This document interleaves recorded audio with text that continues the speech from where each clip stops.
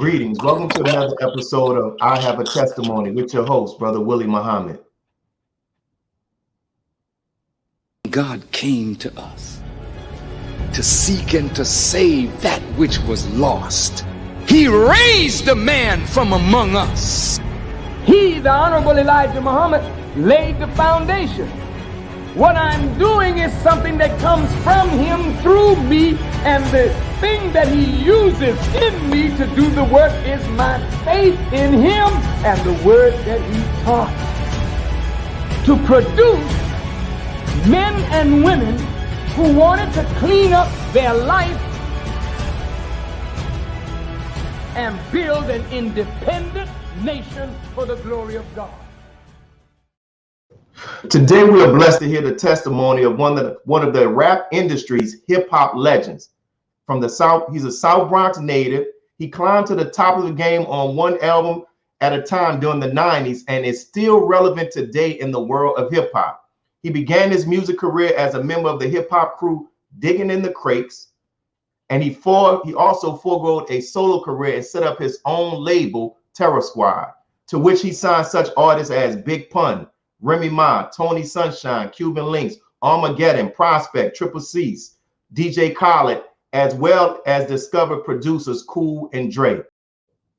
Some of his many hits are Lean Back with Terror Squad, What's Love featuring Ashanti and Ja Rule, Make It Rain featuring our own hometown legend Lil Wayne, and All the Way Up with Remy Ma featuring French Montana and Dre.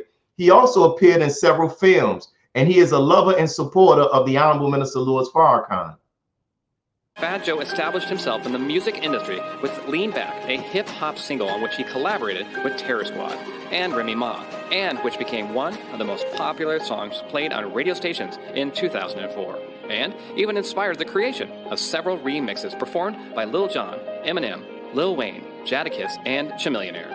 Not only did the single top the music charts, but it also won 2 Source Hip Hop Music Awards, namely for Single of the Year and Best Female Rap Collaboration. Fat Joe starred in Prison Song with Q-Tip and Mary J. Blige, Empire, and voiced a character in the animated film Happy Feet. So if you don't know who I'm talking about by now, let me help you. The one and only Fat Joe the Don. Thank you for granting us this interview, my brother. Hey, what's going on, brother? How you doing?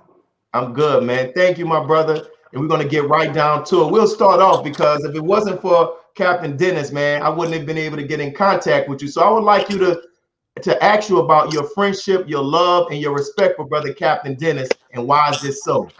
Well, Captain Dennis, I know him for over 25 years, maybe 30 years. Him being in the community in New York City, always giving out to the youth, always reaching out to the people. I'm just coming in the game and they embracing me. Brother Arthur 4X was one of the original brothers that he came from Zulu Nation and introduced pretty much the hip hop scene to the Nation of Islam. And it was just pivotal people. And Captain Dennis is one of them. And we always remained in touch over the years. Yes, sir. So you are, my brother, you are a thorough person in the hip-hop community, as well as throughout many of the neighborhoods in New York, as well as many others. Your name is respected. You have earned that respect, and anyone who watches your interviews can tell you are in a new space. You're looking good, you're enjoying life, you're continuing to put out great music, you're happy. And on a phone call with you and Brother Dennis and I, you said this phrase, and I saw you posted it on your IG yesterday. You say happiness is the new currency. So can you explain why you believe that it's the true and the new currency? And be miserable. And so if you stress and you allow depression to hit you, if you allow worry to consume you, no matter how rich you are, you could be in a dark space. So I've witnessed that the true currency is being happy. You know, being happy is being healthy, having your family happy, having your moms and pops still around, whatever the case may be. To me, as long as you're happy, you're the richest person on earth. on our behalf, make sure you extend the birthday wishes to your wife as well, because I know you're there celebrating her birthday. In September of 2017, Hurricane Maria devastated the entirety of Puerto Rico, and it caused a major humanitarian crisis, right? And originally, you know, it was said it was a Hurricane 5. It's one of the strongest hurricanes of that time in 90 years to hit the island, and it wrecked the lives of thousands of people. But we know that you use your voice to help do something when the United States government, like they did here in New Orleans, was very slow, or pretty much very, very slow. But you use your influence to do something. Can you talk about how you helped? And also, if you know anything, what's the current state of the recovery today? Well, the truth is, I may be known for a lot of things, maybe known for being a talented rap artist, but I'm really a kid from the Bronx, from the projects. If it ain't for me, my family wouldn't be as good as they are, right? And so there was nobody before me who gave me wealth or gave me, you know, other than family, love, and knowledge. So I'm sitting there, I'm looking at my people, they hurting. Nobody was doing nothing for them. And my wife was sitting next to me and she said, yo, you better get up and rep your people. So I got up, I made one phone call I knew that that always gives back to the community, always looks out, and that was to Jay-Z. And so I told Jay-Z, look, we having a big problem over there. People don't have water. Women don't have hygiene products. Babies don't have food. I mean, I need you to help me any way you can. So Jay-Z bluffed me. And he said, I'm going to pay for a cargo plane. But these cargo planes are so big, they fit 250,000 pounds of whatever you got to send. So I didn't think that we could actually fill this plane. And so when I sent out the APB and then brothers like Spike Lee and Kevin Hart and Remy and everybody together started posting together, Jesus. The governor of New York City, he joined and said, listen, we'll give you the Jacob Javits Center, where you could tell everybody if they collect enough, they'll put it in the Jacob Javits Center, and then we'll put it on the plane. So I did two different things. I did that. I mobilized the people through social media, but at the same time, I mobilized people I know that had a lot of money so that we could get money to pay for more planes. So even if it's a tragedy or whatever the case may be, these cargo planes want to get paid. And I believe it was like 250,000 for every trip, right? Wow. So I had to reach out to all the rich people I know and be like, yo, my people are hurting. I need some. So it came from all the way as far as Dubai, wow, to Miami, to New York. So everybody who was cool with me, they started sending money in there so we could pay for these planes. And we sent 4 planes over there. We send over £1 million. It's a very unique story to this, right? So in the Jacob Javits Center, there was it was crazy. There was these Nation of Islam brothers who pulled up in the truck filled with water, supplies, you name it, batteries, you name it. As they were pulling off, these Hasidic Jews pulled up in the truck right behind them and had water, supplies, and stuff like this. And it was crazy to see everybody come together as a humanitarian effort. You know, I always tell that story because that shows how passionate people could be when tragedy occurs. Yeah. And you know, I know this is something that you don't talk about, but I want to ask you this question because a lot of times people like to focus on what they consider the negative of rap. But you do a lot of stuff, man, and like philanthropy wise. I came across an article where you provided maybe about a school with a bunch of laptops. So I know you're not doing it for applause, but can you talk about your philanthropy works? Because I want it on record to show our brother help. Well, I'm poor. I'm poor in spirit. My DNA is poor. I come from an oppressed people. And so no matter how well we do, I'm always with the people. And Opening businesses in my community is very important for me because it's a place where, even though most people who've been in the game as long as me are out of touch, this is a place where you can reach me. And we giving back jobs, and we don't just give, we don't call them employees, we call them business partners. And I sit down with the youth and I tell them all the time, brothers and sisters, listen, I want y'all to be bosses. I want you to own your own boss. Own your own business. I want to help you own your own business. I want to guide you through, because I don't want it all for myself. You know, I have enough. Of course, I like to make more and more and more, but I have enough. And so what we do is we give back computers to the schools.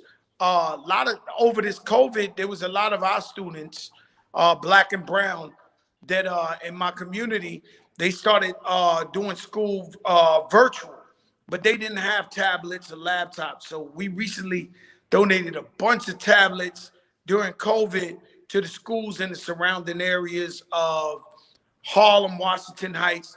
Then I have some schools I gave computers to and libraries. I did an initiative because I own sneaker stores.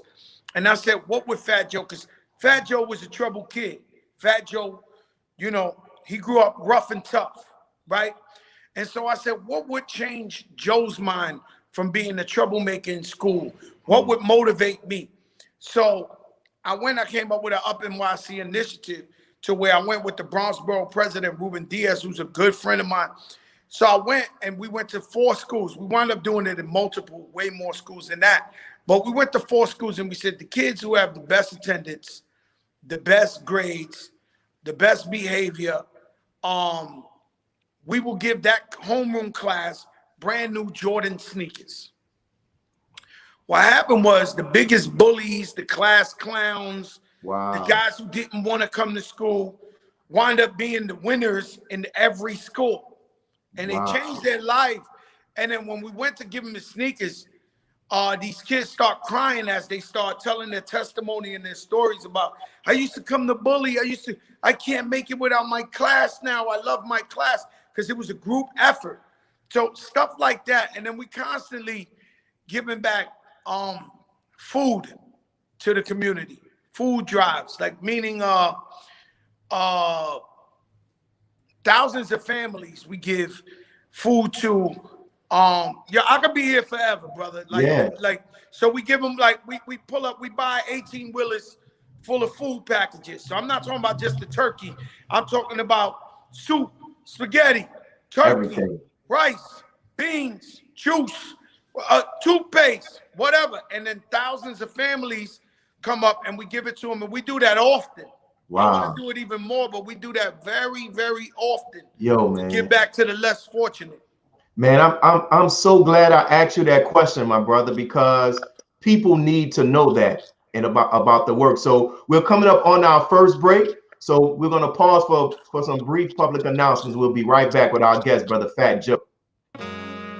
Be a part of the force that powers truth in journalism. Your support helps us to highlight solutions for a brighter tomorrow. Go to nnvnews.com/donate. This is Sister Sajda Muhammad. We are proud to announce that the Sajda House commemorative Elijah coins are finally here. This priceless heirloom, made from recycled copper from the messenger's home, is now available at sajdahouse.com. The hashtag Bank Black social media campaign made strides not only in revolutionizing how we bank, but also how we think. The movement inspired thousands of African Americans across the country to transfer or deposit millions of dollars into Black-owned banks. These are banks that will invest in urban communities, employ African Americans, support Black businesses, and inspire Black home ownership. This is a very proud moment for our culture as we are taking small, but significant, steps towards building Black power through Black wealth. Please share your thoughts with us in the comment section below. Follow us on social media at NNV News, and please subscribe to our YouTube channel at National Network View. I am Anissa Muhammad with NNVnews.com.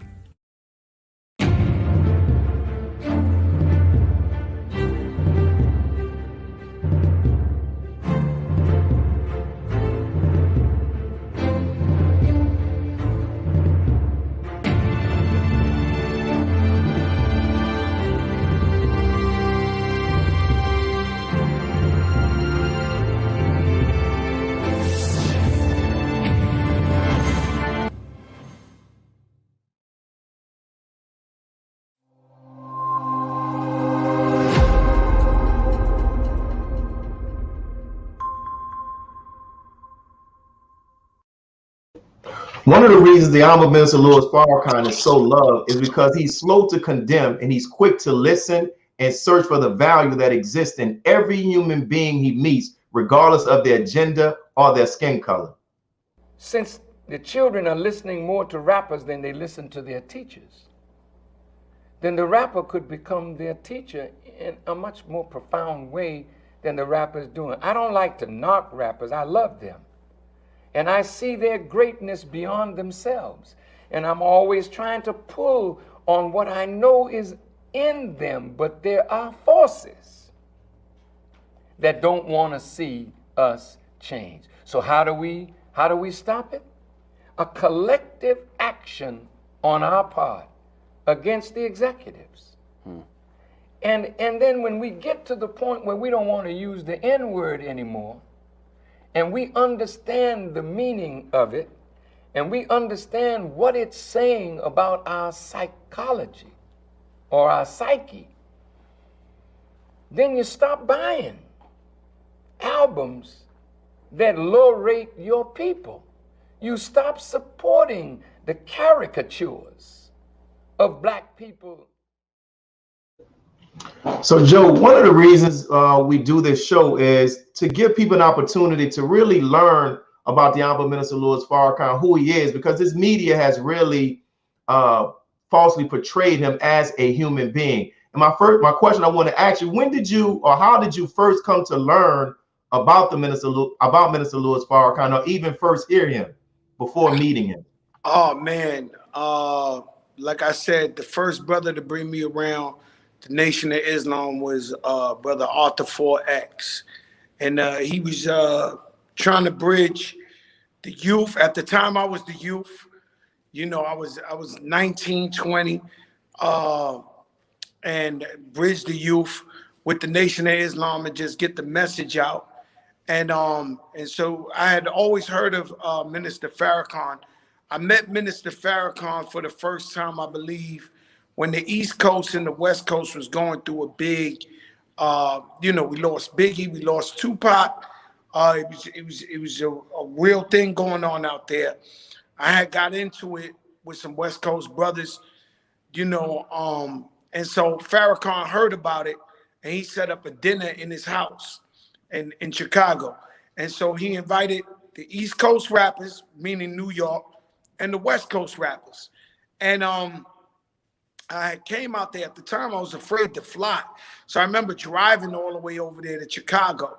And it was the first time I had to take my shoes off in anybody's house. And so you had a bunch of gangster rappers with their shoes off in the house. And from New York, to me, to be honest with you, unfortunately, the only New York rappers that really showed up was me and Dougie Fresh. Wow. And the whole West Coast came. So it was Q-Tip.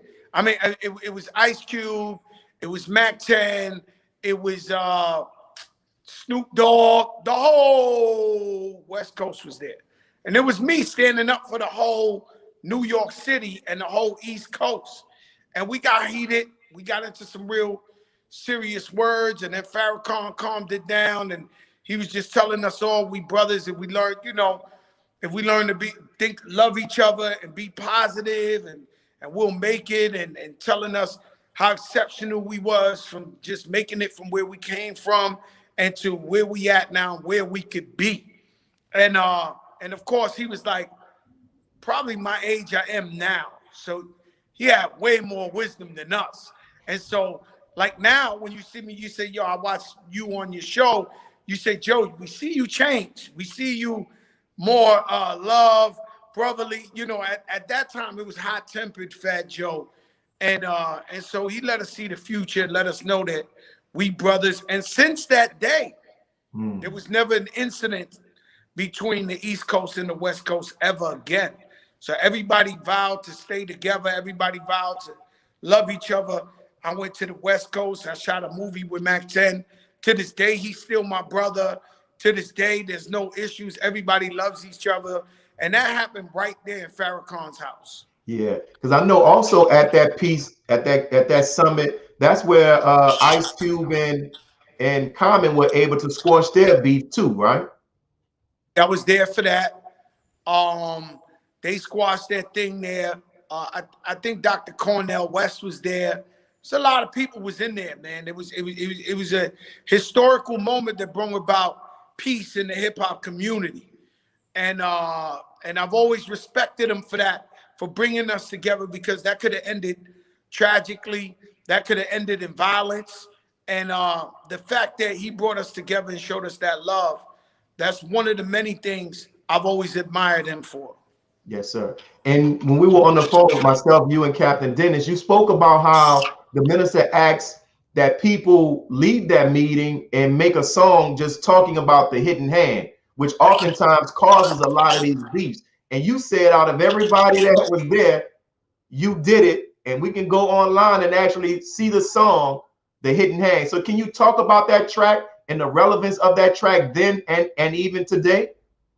Well, you know, I've always been a man of my word. If the only thing I got is my word is bond. And so when the minister brought about peace, and he was explaining to us, like, look, don't fight each other. There's a hidden hand. He told all of us to make a track called Hidden Hand. And I was the only one who made the track called Hidden Hand. And I'm proud of it. And it was just talking about reality, talking about life, you know, struggles in life and how we need to overcome it. And so I did what I said I would do. And in addition to that, there's a video on YouTube. We wanted to show it, but we didn't know if they're going to end up flagging us for the music, where you are in the video with the Honorable Minister Louis Farrakhan. Can you talk about that experience and that whole video? Oh, Minister Farrakhan, man, he's something else, man, where he goes, he'll call out of nowhere and be like, Joe, I want to walk through the Bronx with you.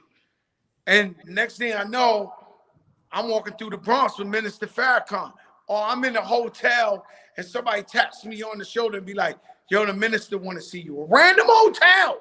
And they take me up through the service elevator and I'm up in the penthouse with him and we watching boxing matches. Like, it's like he just come out of nowhere. And it's like, yo, Joe. And they be like, Joe, he want to see you. And something he always try to bring about, and this was very beautiful, is teaching Black brothers and Latino brothers and sisters that we all the same and that we all go through the same oppressions and we all need to rise together. And I've always respected that. I've always loved that about the nation. Whenever I'm around them, they always, man, brother, we need more Latinos. We need, you know, and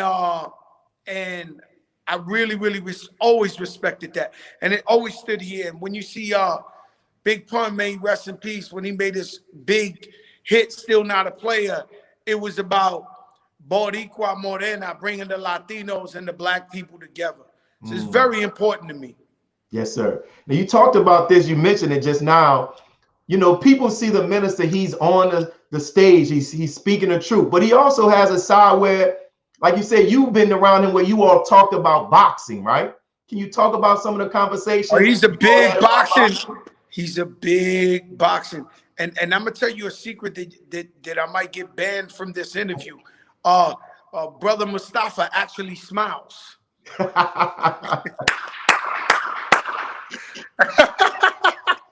That's my guy, and he actually smiles. And you know, I've had fun times with him, watching his son play basketball, and things of that nature. It's always been a beautiful vibe, a beautiful environment, nothing but love in the room, nothing but beautiful energy. And the minister's a big fan of boxing. So he would ask me about Trinidad because he knew I knew Felix Trinidad personally. Yeah. And he was a fan of Felix Trinidad. He'd be like, man, that boy can hit with both hands, yo. He can hit with both hands. So that's all I know, right? Yeah. So I can't, you know, I got to stay true to self, you know. And all I know is beautiful vibes, good times, upliftment of the people, you know, taking people and giving them, making them feel important and blessing them with love. That's all I know. Yeah. And since we're talking about boxing, I got to ask you this question, man. What do you think about Canelo, man? I think Canelo's good, but you got to watch out for this young brother. He's Puerto Rican. His name is Edgar Berlanga. He's 16-0 with 16 knockouts in the first round. Like, so he pulling off like a Mike Tyson 2021. I know nobody's eyeing Mike, but this guy, he got the potential. Have you seen this young brother? He looks like he's almost about 7 feet tall. Oh my goodness. He hits hard. Hits hard, man. And fast.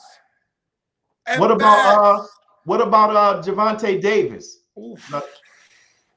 Tank is serious. Tank is serious. That last fight when he dropped that guy with the uppercut in the corner, and that guy was fighting him. That was a great fight. And so in any sport, that lets you know who's great and who's great and who's exceptional.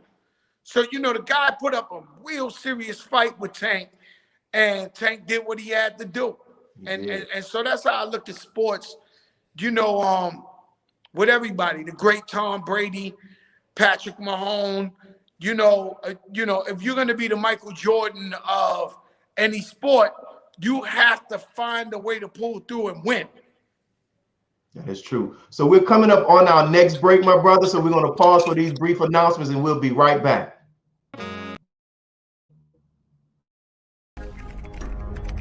Be a part of the force that powers truth in journalism. Your support helps to combat false media. Cash App NNV News. This is Sister Sajda Muhammad. We are proud to announce that the Sajda House commemorative Elijah coins are finally here. As we renovate and restore the former home of the Most Honorable Elijah Muhammad, we have recycled the old copper gutters and downspouts and created a 1 ounce 39mm coin made of 100% pure copper. Each coin is professionally graded and has its own barcode and registration number. This priceless heirloom, made from recycled copper from the messenger's home, is now available at sajdahouse.com. Worldwide, 24 hours a day, 7 days a week. Download the Final Call radio app and take us everywhere. On your phone, on your computer, on your tablet, on Instagram, Facebook, and Twitter. You can also log on to finalcall.com and click the Listen Live button, or finalcallradio.com. Final Call Radio, the official voice of the Honorable Minister Louis Farrakhan and the Nation of Islam. Thank you for tuning in to NNV News. Please share your thoughts with us in the comments section below. Follow us on social media at NNV News, and please subscribe to our YouTube channel, National Network View. This is Clifton Muhammad with NNVnews.com.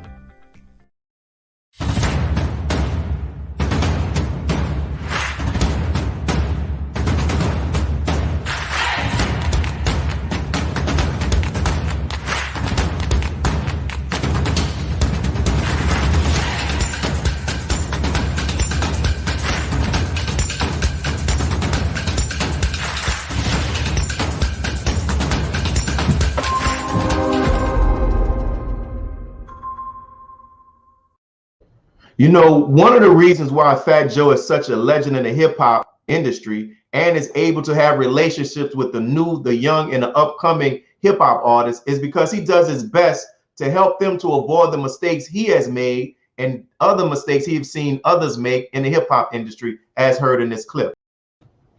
So Joe, from watching your videos, man, and just following you over the years, you are a very transparent person. You keep it 100, as people say in the urban area, right? You keep it real. How has that helped you in your ability to catch the ear of the young rappers, to be able to give them some guidance, as you talked about in that clip? Well, you gotta be true to yourself, you know. And you know, many years ago, I went to many years before I had a record deal. I went to Howard University.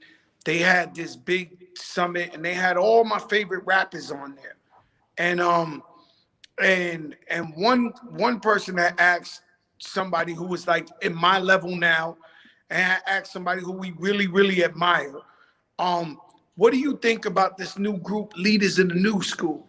And he was like, man, I don't know what them young boys are saying. I don't know that. And I remember it hurt me so much. And I said, you know, this guy's old and he's mad. And I said, I will never be this guy. And so if I become successful, I will always embrace the youth, never talk bad about the youth. And if I see where somebody needs some guidance or some help, I will give them the free game. I will tell them the mistakes I made so that they don't have to go through the same mistakes.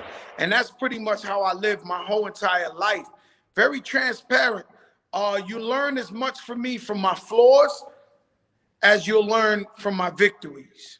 That's true, man. And brother, that's one of the reasons why you're still relevant, brother. And keep up that spirit and that mindset. I want to go back to this question. You know, the Honorable Minister Louis Farrakhan is a man who is painted falsely and portrayed in a negative light by the media, you know, because of his willingness to speak on the behalf of the downtrodden and the poor and the people that have been taken advantage of.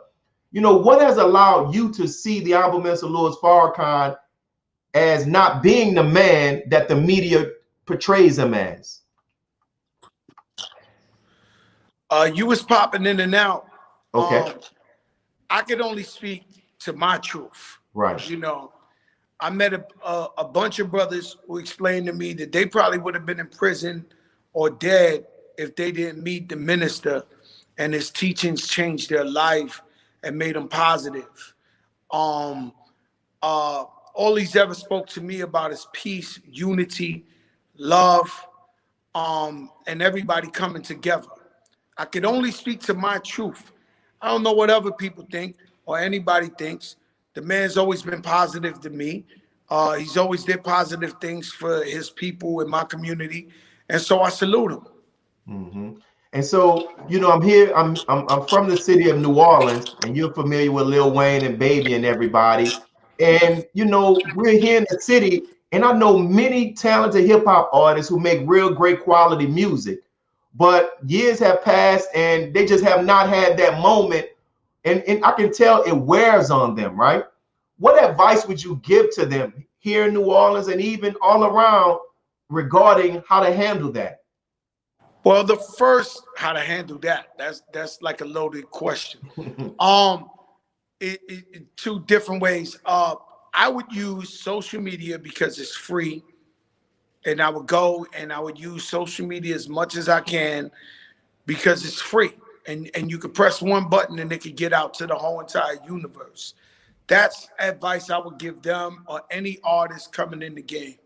Now, it's hard when you got to understand there ain't, but I believe, I'm not sure, but it's close, 300 NBA players. They're playing the NBA. Mm-hmm. So, you know, the guy who never gets to play, who's number 15 on the bench, he was the best in the city ever created, scoring 100 points a game in high school, right?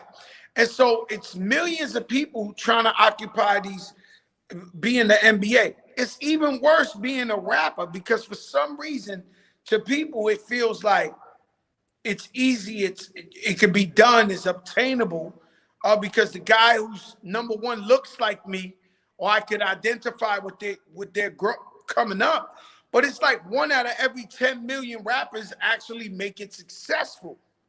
So I always tell everybody, I'd rather be a one-hit wonder than nothing. Because at least if I'm a one-hit wonder, I'm able to walk the red carpet, see my favorite artists, whatever.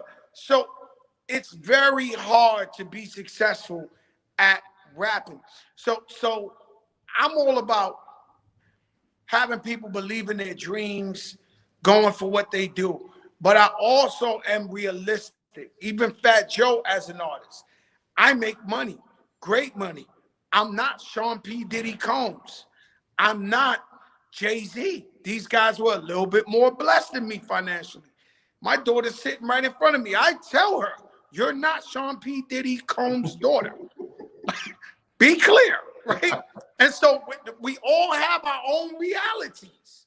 And so artists got to know, look, this is what I love to do, but I might have a kid or two. I can't just sit in the couch playing Xbox talking about I'm a rapper. So you got to do that 9 to 5 or be an entrepreneur, because I also believe in, I had a big argument yesterday at dinner with people I love, family members and successful people, because I you know, college, right? I believe, unless you're going for a specific thing as being a lawyer, being a doctor, being a biochemist, something that you need to go to that college for, it prepares you to be a worker, the best elite worker you can be.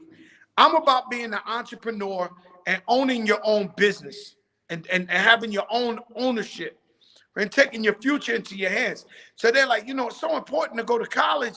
And I'm like, yeah, but could you take the same amount of money you spend in a kid going to a college and getting them a business and getting them started at owning their own business? And so we had, you know, everybody has their own point of it.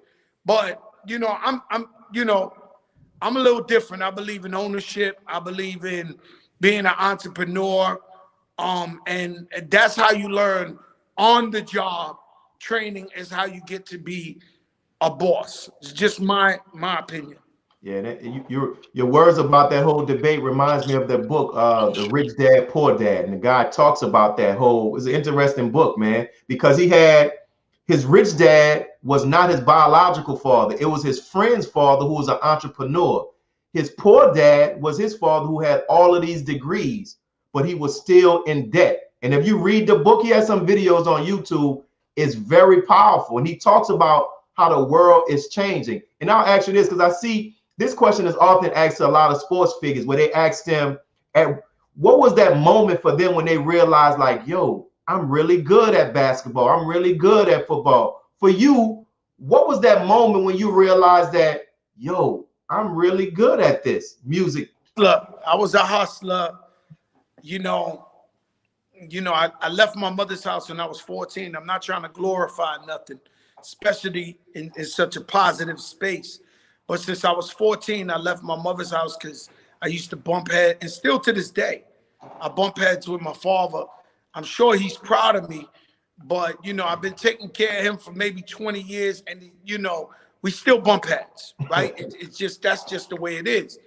And so I was a hustler that loved hip hop. I grew up in the Bronx where hip hop was birthed and born, but I never thought I could really do it. And when I did it, I just knew that people would embrace it because they was like, oh, he's a real one. Like, we seen him in the streets. We knew what he did. But skill level wise, I never thought I was as good as the Rakims, the Nas's, the Jay-Z's.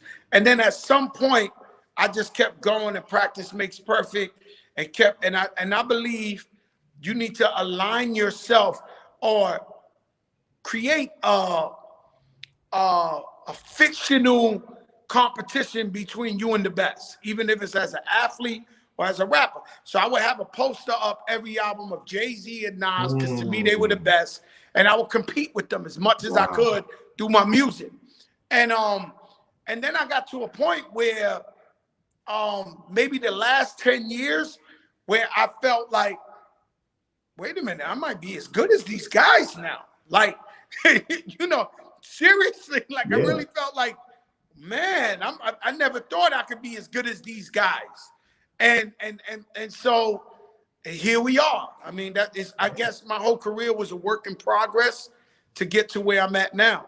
You know, as you can bear witness to this, there have been a lot of people who we saw them and we don't see them now. Yeah. But every decade, your name is mentioned. You're in the mix, right?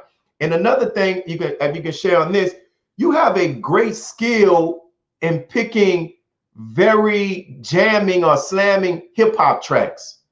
Because you know, some people, they can rap, but sometimes they pick a track and it's like, man, what were you thinking? How do you do that? Well, you know, I was signed by this guy. He's the chairman of Warner Brothers now. His name is Craig Kalman.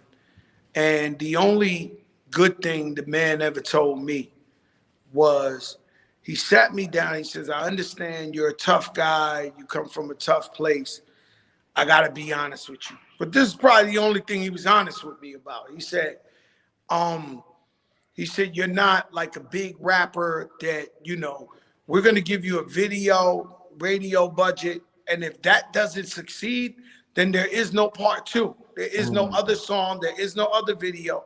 So I had to train my ears in a pristine way. I had to train my ears to only know hit records.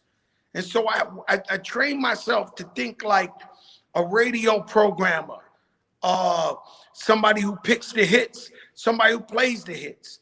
I would travel to America on a tour bus because I was scared to fly. And I would listen to radio everywhere. It may it be New Orleans or Arizona or South Carolina, and see these kids playing in the grass and listen to the radio and what they were playing and what they were allowed to play while these kids danced through the grass. And so that's how I taught myself how to pick nothing but hit records. And I think I got like a 90% track record, to be honest with you. Man, listen, you're flaming, man. That lean back beat is, oh my goodness, that's so excited. The one with Cardi B, a lot of them, we can run through all of them, man. We're on our top 10 rhythmic. It has Rihanna on there. It's the old Luther Vandross Never Too Much sample. It's called Sunshine Delight. And because the corona has so many people passed away, people sick, people down, people going through tough times, you know, we came up with a track just to uplift the people. Wow. And it's called Sunshine and Light, and it's all about having a good time, and it's the type of music your mother would play while she's cleaning the house on a Saturday. It's the type of music your grandmother would dance with your mother. And so we made a track which is top 10 right now that is purposely meant to solely make people feel good. Wow. So we're coming on our last break, and we'll be back, and we'll be wrapping up the interview shortly. Thank you, my brother. We'll be right back. We'll pause for these brief announcements. Be a part of the force that powers truth in journalism. Your support helps us to highlight solutions for a brighter tomorrow. Go to nnvnews.com/donate. He anointed our head with oil till our cup runneth over. He who, Master Farrakhan, Muhammad, that is he. Greetings from National Network View. This week's Final Call cover story headline reads, Today's Prisoners in the Crack Cocaine Drug War. This story details the disparity in sentencing prison time for drug dealers and those who are victims to the addiction of these narcotics. Powder cocaine and crack cocaine are continuously pushed through the veins of our community in every city. The devastation has not let up on Black lives or our families. This Final Call volume number 24 edition features the middle page article by the Honorable Minister Louis Farrakhan message entitled The Signs of Distress and Confusion Plaguing Man and Nations. To read more, subscribe to finalcalldigital.com and tune in to the all-new Final Call Radio. This is the nnvnews.com Final Call cover report.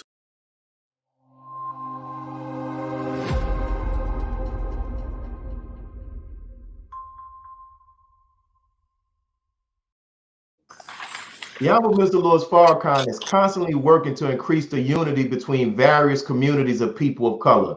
He sees the value of our unity, and he also knows that such unity is viewed as a threat by some who seek to disrupt such efforts. So the enemy is playing us off against each other. At one point, we were the largest minority. I don't know what that means. Oh, we're the largest do-nothing group in the country. Then along comes Mexicans and Latinos that have outstripped us in terms of production of life. So you are a larger minority, but you're very progressive, very progressive. So the difference between us is we've been made each other's enemy. We've been made to look at each other like we are the real enemy, and the enemy sits back and laughs because he knows he's the author of all of this, that in our unity we can overcome it and do something better. And you talked about this earlier, Brother Joe, and I'll come back and ask you, can you talk more about the importance of us not getting caught up in these what I would say manufactured differences between the black and the brown communities, because we're all one people. Well, we're really one people. And I understood that at an early age, you know, growing up in the all black community. My projects was maybe 90% black, you know, and it's weird for me because I was the blonde haired, green eyed kid growing up in the projects looking like the Beatles, but I've always been embraced since day one. So I never knew the animosity between that. I know our brothers in the West Coast, they think a little bit different. You know what I mean? So all I've been able to do is throughout my whole life express unity, love, people coming together, because the strength's in numbers. That, you know, power of the people is more important than any ideology. You know what I'm saying? So as long as you got the numbers and the people, and realize that when you go to any community that's oppressed or impoverished with bad hospitals and bad schools, there's always the black and brown people in there. So if they found a way to come together and think alike, you know, it would be definitely more powerful and more beneficial to both. And the last of these two questions, also in your the currency is the true happiness, right? Happiness is the true currency. I'm also noticing you've shaped your weight loss, man. You're getting into your health. So you can talk about that whole process and what inspired it. I just love life, man. Shout out to Captain D and the Peacekeepers.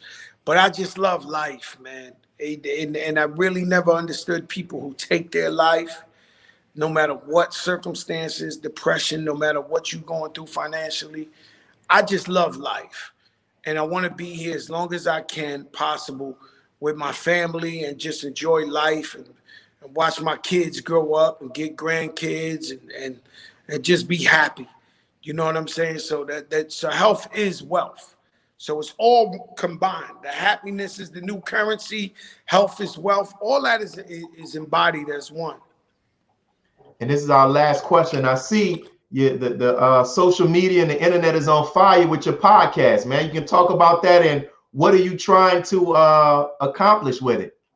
Well, it's been therapeutic for me. You know, COVID was really, really scary for me because I am pre-diabetic. I used to be diabetic when I was young, and then because I lost weight, the diabetes went away, but I still treat myself as if I'm diabetic. So sugar-free stuff, you know, working out, you know, can't overload on the sugars or nothing like that. And so, you know, I was scared, frightened. A lot of people I knew were dying. And I mean, tough guys, generals, you know, guys who were like really tough were being taken out left to right because New York City's my hometown and it was the epicenter. And so I picked up the podcast. I put up the IG Live. My daughter put it up because I had never did it before then. And she's my executive producer. and that's another powerful thing, bro, because my daughter's 14. Wow. And she's the executive producer of this show. Wow. And it shows other young sisters that they can be bosses as well. And so what I'm trying to teach the youth and teach everybody is that we're bosses. We're exceptional. Under any circumstance, we overcome all odds to be exceptional and be great.